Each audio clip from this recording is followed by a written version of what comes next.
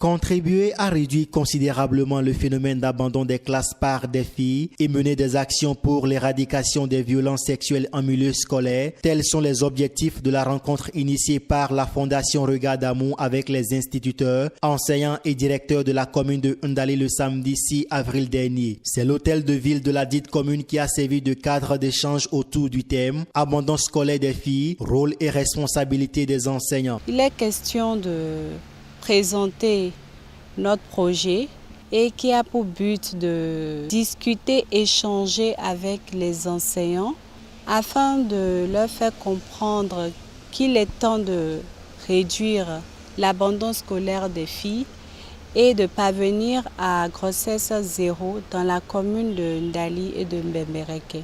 De pouvoir par la suite intervenir à travers d'autres activités comme la création des clubs de théâtre avec des enseignants volontaires et des élèves qu'on aurait à identifier, surtout pour leur permettre de s'épanouir, de les informer, de les éduquer et de communiquer avec eux en ce qui concerne l'éducation de la santé sexuelle des adolescents et des jeunes.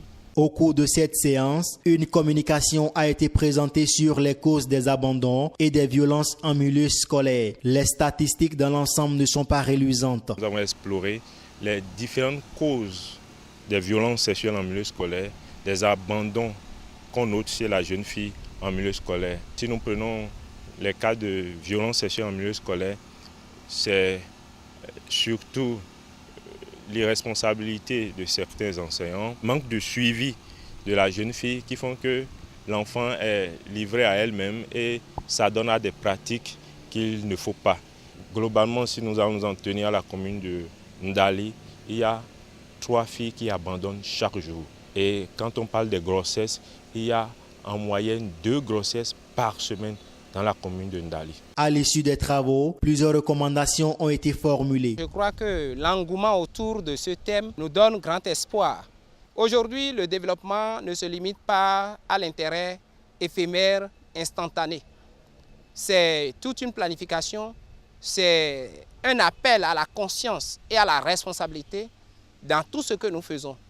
Nous devons être, bien sûr, regardants de nos comportements d'avant pour corriger le tir. Par exemple, nous allons sensibiliser tous les acteurs du système éducatif, vulgariser les tests.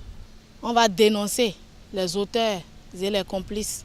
Par rapport aux collègues, je vais leur dire, surtout je m'adresse aux collègues hommes, d'éviter l'harcèlement sexuel en milieu scolaire et de respecter les lois. La rencontre s'est achevée sur une note de satisfaction où les uns et les autres ont pris l'engagement d'œuvrer pour le maintien des filles en milieu scolaire.